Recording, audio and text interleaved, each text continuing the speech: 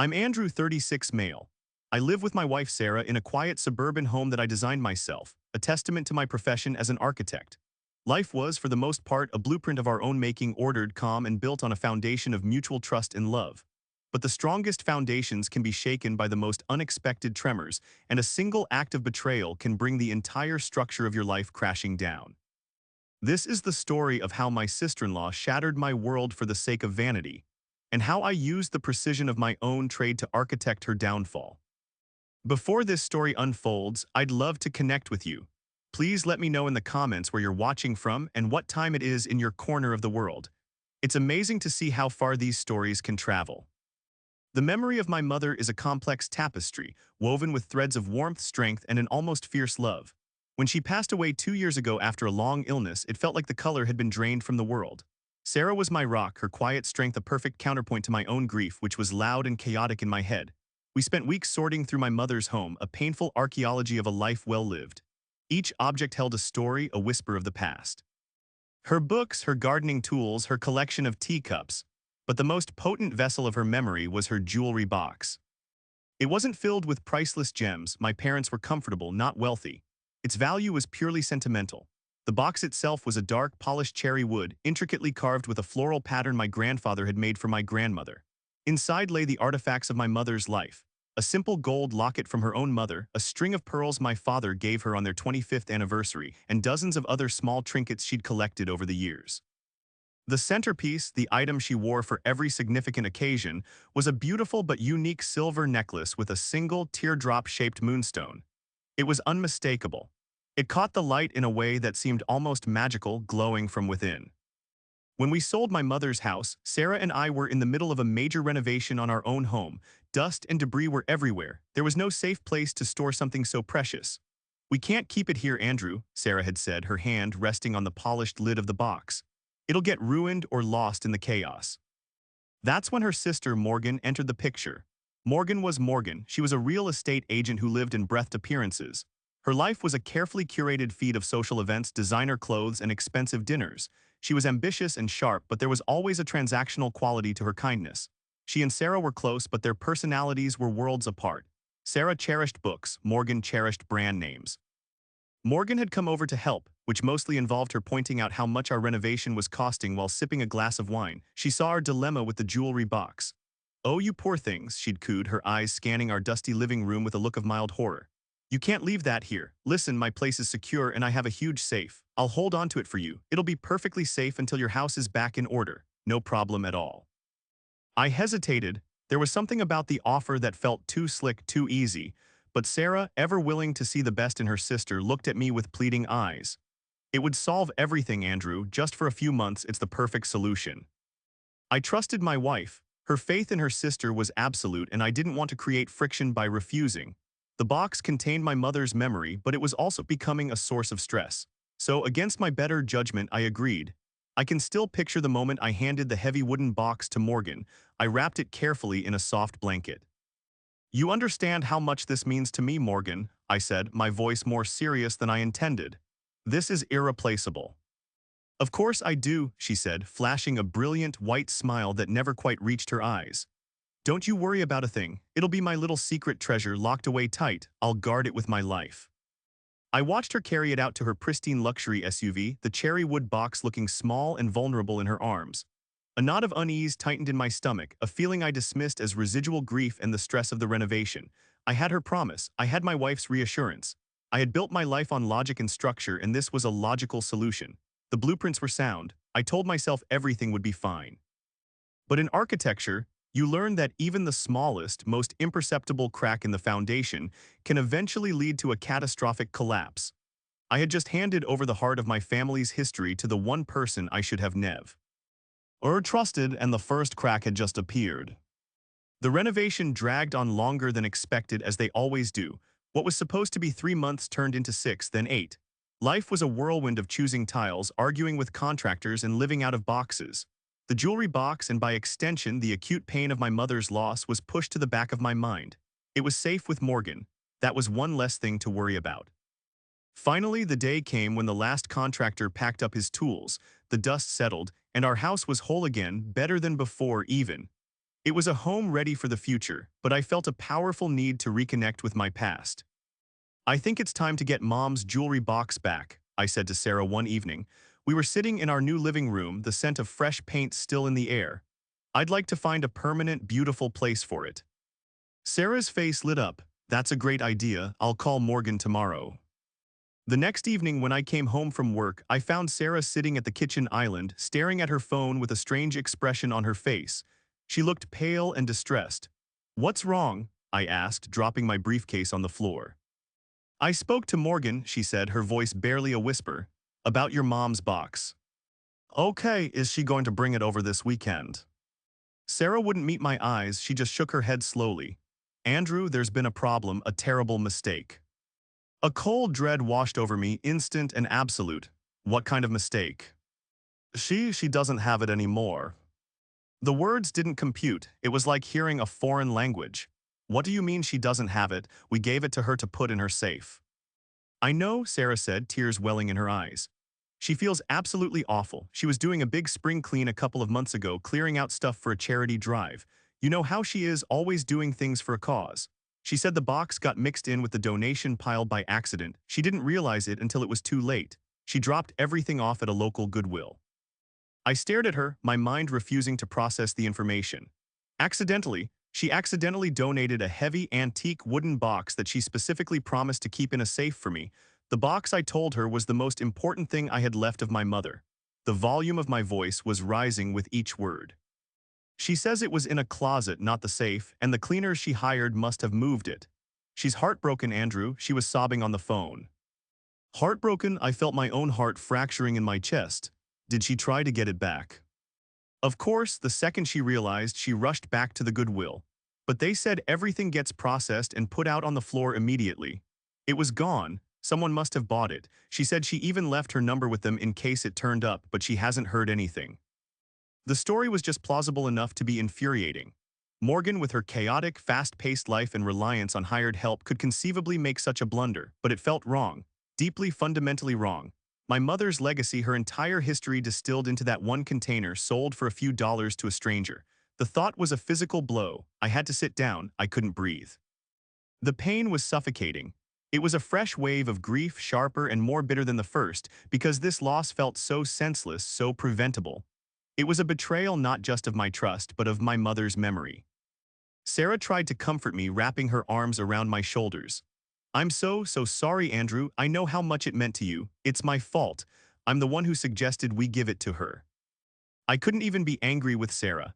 I could only see her own pain, her own guilt over her sister's catastrophic carelessness. All I could feel was a vast, hollow emptiness where my mother's memory used to be. The locket, the pearls, the moonstone necklace, gone forever. Morgan called me later that night, her voice thick with what sounded like manufactured tears. "Andrew, I don't know what to say. I am just sick about this. It's the most horrible thing I've ever done. Please tell me you can forgive me." "I don't want to talk about it right now, Morgan," I said, my voice flat and cold. I couldn't bring myself to offer her the forgiveness she so desperately seemed to want. The performance was too much. The loss was too raw. I hung up the phone, the silence in our newly finished house deafening. The place I had designed to be our sanctuary now felt like a tomb, haunted by the ghost of a promise that had been carelessly, unforgivably broken. Weeks turned into a month. The raw wound of the loss began to scar over, but it was a jagged, ugly thing that pulled and ached with the slightest movement. I was withdrawn, quiet. At work, I threw myself into complex designs, finding solace in the rigid logic of load-bearing.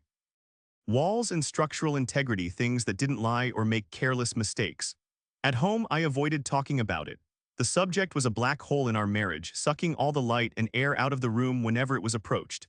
Sarah tried to bridge the gap, but she was caught in an impossible position, defending a sister she loved and comforting a husband she'd inadvertently hurt. Morgan, for her part, played the role of the grieving penitent to perfection. She sent a ridiculously expensive floral arrangement with a card full of apologetic platitudes. She offered to replace the jewelry, a suggestion so insulting and tone-deaf that I had to walk out of the room to keep from shouting at her. How do you replace a memory? How do you put a price on a grandfather's craftsmanship or a father's love? Her attempts at atonement only felt like salt in the wound, each gesture a reminder of her monumental failure. I tried to move on. I told myself it was just an object. My mother's love wasn't contained in a box, it was in my heart, but it was a hollow mantra. The physical connection was gone and the injustice of it all festered inside me. The story of the accidental donation never sat right. It was an ill-fitting piece in the puzzle of Morgan's personality. She was many things: vain, self-absorbed, materialistic, but she wasn't stupid or careless with things of value. She treated her designer handbags with more reverence than most people treat religious artifacts. The idea that she would misplace something she knew was priceless to me, even if only sentimentally, seemed increasingly unlikely. But I had no proof, only a gut feeling, and a gut feeling wasn't enough to accuse my wife's sister of something so monstrous. The truth arrived, as it so often does in our modern world, not with a thunderclap but with the quiet glow of a phone screen. It was a Friday night. Sarah was at her book club and I was decompressing on the couch, scrolling mindlessly through social media. It was a habit I'd picked up, a way to numb my brain after a long day of precise calculations. I followed Morgan, mostly out of a morbid curiosity, to watch the parade of her perfectly curated life. Her posts were a predictable stream of cocktail parties, gallery openings, and weekend getaways. I was about to close the app when a new post popped up. It was a photo album from a charity gala she'd attended the previous night. The first picture was of her and some other immaculately dressed people, all holding champagne flutes and smiling for the camera. Morgan was in the center, wearing a sleek black evening gown. She looked radiant, confident, the very picture of success. I almost scrolled past it, but something caught my eye, a glimmer of light at her throat. I zoomed in, my heart stopped, my blood ran cold, the world tilted on its axis. There, resting against her skin, was my mother's necklace. It wasn't a similar necklace. It wasn't a replica, it was the necklace. The silver chain, the unique clasp I remembered her fumbling with, and the centerpiece, the teardrop moonstone. I could see the way it caught the light, that ethereal internal glow that was its signature. I knew its every imperfection, the tiny, almost invisible scratch near the setting that it had gotten when I'd accidentally knocked it off her dresser as a child. I zoomed in until the pixels screamed, my thumb shaking. There it was. Well, the scratch. I couldn't breathe. The gut-wrenching breathlessness from the day I was told it was lost came rushing back 10 times stronger. It wasn't a careless mistake. It wasn't an accident. It was a lie. A deliberate, calculated, cruel lie. She had stolen it. She had stolen my mother's most treasured possession, looked me in the eye, and fed me a story about a charity donation while she was wearing it to parties. The audacity, the sheer, cold-blooded nerve of it was breathtaking.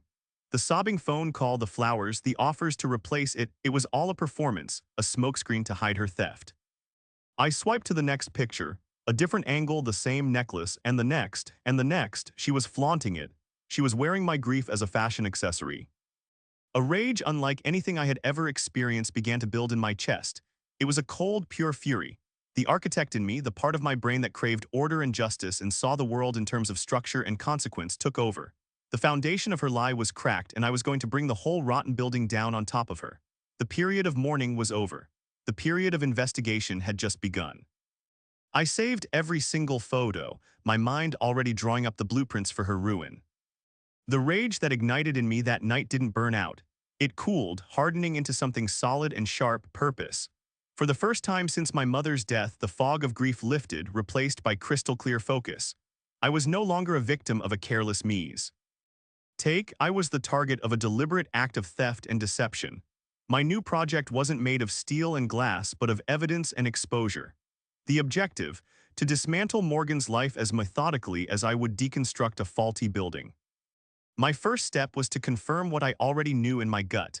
I needed irrefutable proof that the necklace she was wearing was mine.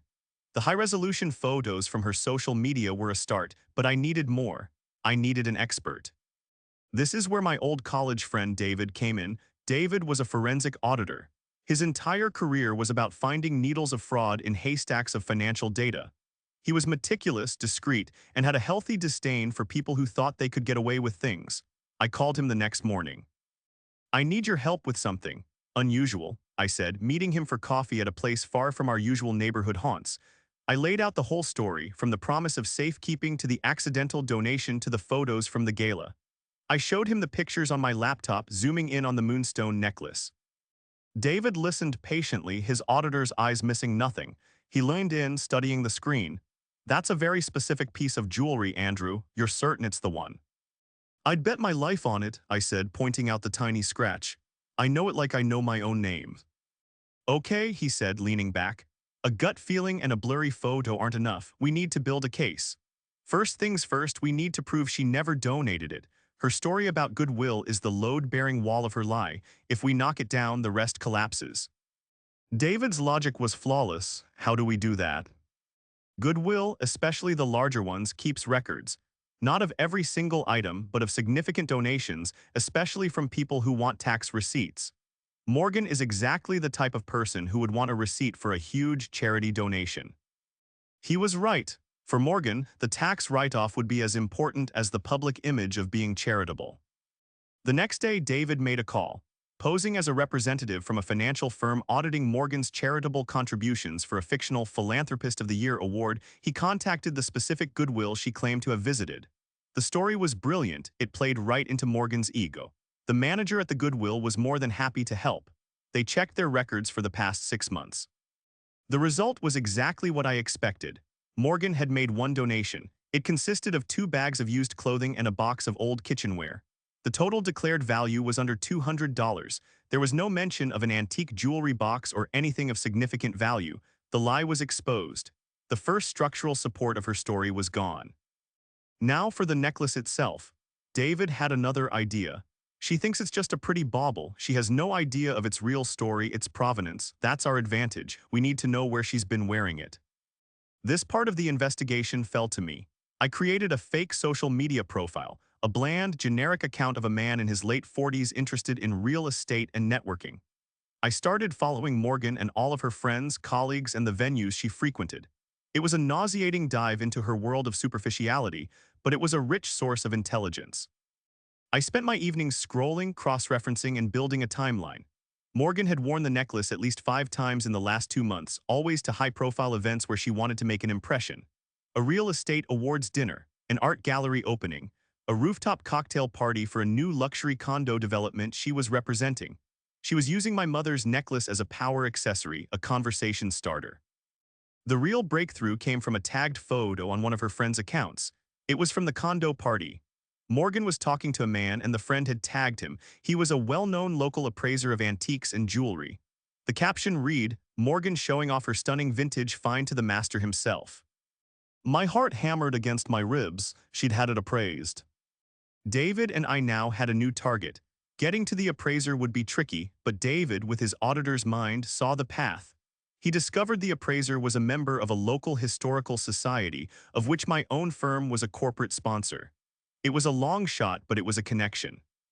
I used that connection to arrange a meeting under the guise of wanting some pieces from my own family appraised for insurance purposes, a perfectly legitimate reason. I brought in a few of my father's old watches to make it look authentic.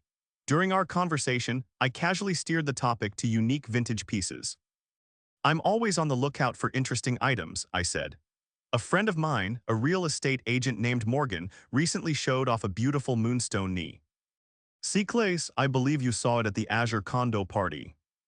The appraiser's eyes lit up with recognition. "Ah yes, the teardrop moonstone, a stunning piece, quite unusual, early 20th century, likely American craftsmanship. The silverwork was very distinctive." I held my breath. She called it a vintage find. "Do you happen to know where she might have found it? I have a passion for pieces with a story." He chuckled. "Well, found is one word for it. She told me it was an heirloom that had been in her husband's family for generations. She said she was considering selling it if the price was right, which is why she wanted my informal opinion on its value." The final piece of the puzzle clicked into place. The room swam for a second. She wasn't just wearing it.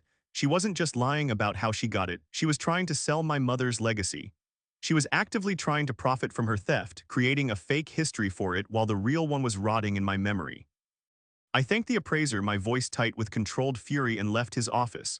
The investigation was complete. I had the lie about the donation. I had the timeline of her wearing the necklace. And now I had the ultimate proof of her intent. She'd had it appraised under a false pretense with the goal of selling it. The case was built. The evidence was irrefutable. Now all that was left was to design the demolition. With the evidence secure, the rage inside me transformed again. It was no longer the hot fire of discovery or the cold steel of investigation. It became the quiet, humming energy of creation. As an architect, I create spaces that serve a purpose. They have flow, structure, and impact. I decided to approach my revenge in the same way. It wouldn't be a messy, emotional outburst. It would be a perfectly designed event. A structure built to collapse on a single load-bearing point, Morgan's reputation. Her entire life, her career, her social standing, her friendships was built on a carefully crafted image of success, taste, and trustworthiness. She was a real estate agent selling million-dollar homes. Trust was her most valuable asset. I was going to demolish it, brick by brick, in front of everyone she cared about. The venue for this demolition was obvious. I scoured her social media for her next big event, and there it was 2 weeks away, the annual Top Agents Gala hosted by the city's premier real estate association. It was the biggest night of the year in her industry. She would be there, networking, accepting awards, and I was certain wearing my mother's necklace as her trophy. My plan had 3 phases, just like a construction project: foundation, framing, and finishes. Phase 1, the foundation. This was about laying the groundwork and setting the traps. First, I needed to control the narrative. I spent a week drafting a letter. It wasn't an angry rant. It was a calm, heartbreaking account of my mother, her love for her jewelry box, and the sentimental value of its contents. I described the box in loving detail, the carvings my grandfather had made, the specific pieces inside.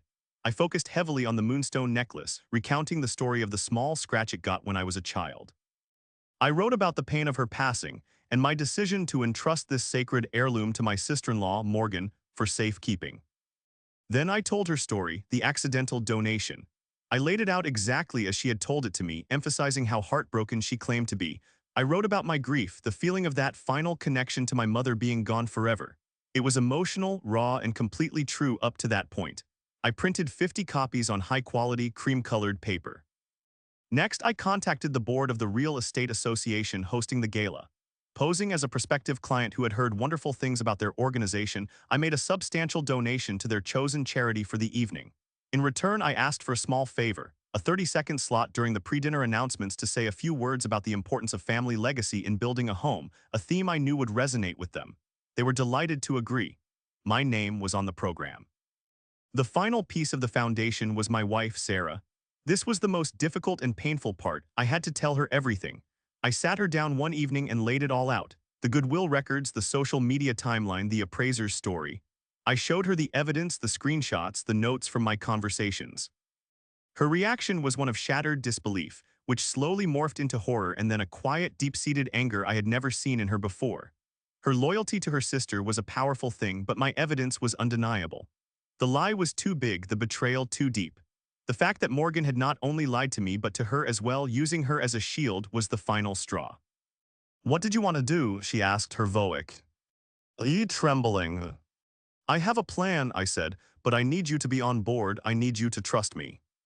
She looked at the evidence spread across our coffee table, then at my face. She saw the pain but also the resolve. After a long silence, she nodded. "What do you need me to do?" "Just one thing," I said, "get her to wear the necklace." Phase 2, the framing. The day of the gala arrived. Sarah called Morgan that afternoon. Her performance was worthy of an Oscar. "Morgan, I know things have been so tense with Andrew," she began, her voice full of feigned anxiety. "He's still so devastated. I was thinking tonight is such a big night for you. You should wear something that makes you feel spectacular. Remember that beautiful moonstone necklace you bought a while back, the vintage one? It's so stunning. You should wear it for you." Morgan, of course, took the bait. It was the perfect justification. She could tell herself she was wearing it for her own confidence, not because she was a thief. That evening, I put on my best suit. David, my auditor friend, came along as my guest. He was holding a portfolio. We arrived at the lavish hotel ballroom and saw her across the room. My breath caught in my chest. There she was, resplendent in a deep red gown, laughing with a group of colleagues. And there, against her skin, glowing under the crystal chandeliers, was my mother's necklace. She saw us and her smile faltered for a fraction of a second. She was surprised to see me there. She came over, Sarah trailing nervously behind her. "Andrew, what a surprise. I didn't know you were a supporter of the association." "I believe in celebrating integrity in business," I said, my voice even, my eyes fixed on the necklace. "That's a beautiful piece you're wearing, Morgan." She instinctively touched it, a flicker of something, panic, pride, in her eyes. "Oh, this old thing, just a little something I picked up." "It's unforgettable," I said, holding her gaze. I then turned and walked away, leaving her standing there with a confused look on her face. Phase 3, the finishes. As dinner was about to be served, the president of the association stepped up to the podium for the welcoming remarks. After thanking the sponsors, he said, And now, we have a few words from one of our generous new donors, a man who knows a thing or two about strong foundations, Mr. Andrew Miller. A polite smattering of applause followed me as I walked to the stage. I saw Morgan's face in the crowd. She was looking at Sarah, a questioning, almost accusatory expression on her face. Sarah just stared at her plate. I reached the podium and looked out at the sea of 300 real estate agents, developers, and brokers. "Good evening," I began. "My name is Andrew Miller. I'm an architect, and I believe that the best homes are built not just with bricks and mortar but with trust, integrity, and history. They are vessels for family, for memory, for legacy." I paused, letting the words hang in the air. I'd like to share a brief story about legacy. And then I read my letters. I told them about my mother. I told them about her cherry wood jewelry box. I told them about the moonstone necklace. The room was silent, captivated. Then I told them about entrusting it to my sister-in-law for safekeeping. And then I told them her lie, how it was accidentally donated, lost forever. A wave of sympathetic murmurs rippled through the ballroom. People were shaking their heads, looking sad. They were all on my side. "The loss of that connection to my mother was one of the most painful experiences of my life," I said, my voice thick with real emotion.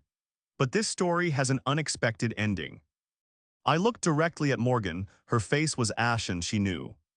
"You see, the box wasn't donated. It was a lie. My mother's necklace wasn't lost, it was stolen." A collective gasp went through the room. It was stolen by the very person I trusted to protect it. A person who wanted to wear it to parties like this one, to pass it off as her own. A person who even had it appraised so she could sell my mother's memory for a profit. I let that sink in. The murmurs turned to shocked whispers. Every eye in the room was now on me or darting around looking for the accused. "I spent my life learning that a structure built on a faulty foundation cannot stand," I said, my voice ringing with clarity. "A career built on deceit will eventually collapse. You can't sell trust and integrity to your clients when you have none of your own." I looked right at Morgan, whose face had crumpled in horror. "The thief is in this room tonight. In fact," I said, my voice dropping slightly, "she is wearing my mother's stolen moonstone necklace right now." Absolute silence. Then slowly, like a wave, every head in the room turned towards Morgan. They saw her red dress, her horrified face, and the glowing moonstone at her throat. The game was over. The silence that followed my final word was the most profound I've ever experienced. It was a vacuum, sucking the air and life out of the opulent ballroom. For what felt like an eternity, 300 pairs of eyes were fixed on Morgan. I saw the exact moment the truth landed on the faces of the people at her table. Their expressions shifted from confusion to dawning comprehension, then to disbelief, and finally to disgust. Morgan was frozen, a statue of shame. The color had drained from her face, leaving her lipstick a grotesque slash of red against a canvas of white. Her hand, which had been resting on her wine glass, was trembling. The beautiful moonstone necklace, once her symbol of triumph, now seemed like a heavy shackle, a spotlight illuminating her guilt for the entire world to see. I didn't need to say another word. I simply placed my notes on the podium, gave a slow, deliberate nod to the stunned association president, and walked off the stage. I didn't look back at Morgan. I didn't need to. The structure I had designed was collapsing exactly as planned. David was waiting for me at the edge of the stage. He handed me his portfolio. Inside were 50 copies of the letter I had read, each one in a crisp envelope. As the chaos began to bubble, the whispers growing into a shocked roar, people standing up to get a better look, Morgan's colleagues physically recoiling from her, David and I began to walk through the room. We didn't speak, we simply placed an envelope at each table. It was the finishing touch of my blueprint. I wanted every person in that room to have the full documented story, so there could be no ambiguity, no attempt by Morgan to spin the narrative later. They would have the proof in their hands. I saw Sarah standing by the exit, her face pale but resolute. I walked towards her, and as I passed Morgan's table, I saw her husband, a man I barely knew, a partner at a downtown law firm, staring at the necklace, then at his wife, his face a mask of cold fury. Their own foundation was crumbling in real time. When I reached Sarah, she grabbed my hand, her grip like iron. "Is it done?" she whispered. "It's done," I said. We turned and walked out of the ballroom, leaving the cacophony of Morgan's imploding life behind us. We didn't run. We walked with the calm, steady pace of people who had finally closed a painful chapter. The fallout was immediate and catastrophic, even more so than I had anticipated. David, with his auditor's precision, tracked the digital shockwaves. By the time we got home, the story was already spreading through the tight-knit real estate community like wildfire. People were live tweeting from the gala. Photos of a horrified Morgan were being texted from phone to phone. The envelopes we left behind were being opened, read, and photographed. The next morning, the professional consequences began. The head of the Real Estate Association issued a formal statement condemning unethical behavior and announcing an immediate investigation into Morgan's conduct. Her brokerage firm, a high-end agency that traded on its reputation for impeccable integrity, placed her on indefinite leave, which everyone knew was a prelude to being fired. Her photo and profile were gone from their website by noon. Her clients, many of whom were in that ballroom, started pulling their listings. Who would trust a woman to handle the biggest transaction of their life when she had proven herself to be a thief and a pathological liar? Her career, which she had built with such ruthless ambition, was over. It had been dismantled in the space of a 30-second speech. But the personal consequences were, perhaps, even more severe. Her husband filed for divorce within the week. As it turned out, my mother's necklace wasn't the first valuable thing she had lied about. It was just the one that got her caught. Her circle of friends, the ones who flocked to her for her status and connections, abandoned her instantly. Her social media, once a vibrant feed of popularity and glamour, went dark. She became a pariah overnight. A few days later, a small, unmarked package arrived at our doorstep. Inside, nestled in bubble wrap, was my mother's moonstone necklace. There was no note, no apology, just the necklace returned in shame. I picked it up. It felt different in my hand now. It was still beautiful, but it was no longer just a symbol of my mother's love. It was now also a symbol of justice, of a truth that had been fought for and won. Sarah and I didn't celebrate. There was no joy in the destruction of a family member, even one who had inflicted so much pain. There was only a profound sense of relief, of a heavy weight being lifted. The confrontation was over. The party was over. The long, exhausting project was complete. All that remained was to sift through the rubble and decide what was worth rebuilding. In the months that followed the gala, a quiet calm settled over our lives. The noise of Morgan's downfall faded into the background, replaced by the normal, comforting rhythms of our marriage and careers. We never spoke to Morgan again. The chasm was too wide, the betrayal too absolute. Sarah grieved for the sister she thought she had, but she found peace in the truth, however ugly it was. The strain that had been poisoning our marriage was gone, and in its place our own foundation felt stronger than ever, reinforced by the shared ordeal. The jewelry box remained the one piece of the puzzle that was still missing. The necklace had been returned, but the box, the physical object my grandfather had carved and my mother had cherished, was still out there somewhere. I had accepted it was probably lost for good, another casualty of Morgan's deceit. I assumed her story about goodwill was a complete fabrication, that she had likely just sold the box or thrown it away. Then, about 6 months after the gala, I received an email from an address I didn't recognize. The subject line was simple: Cherry Wood Box. My heart pounded as I opened it. The email was from a woman who introduced herself as a volunteer at a small church-run thrift shop in a neighboring town. She wrote that she had read a story online, shared in a local community forum, about a man looking for his late mother's jewelry box. The story was a garbled, third-hand account of what had happened at the gala, but the description of the box was specific.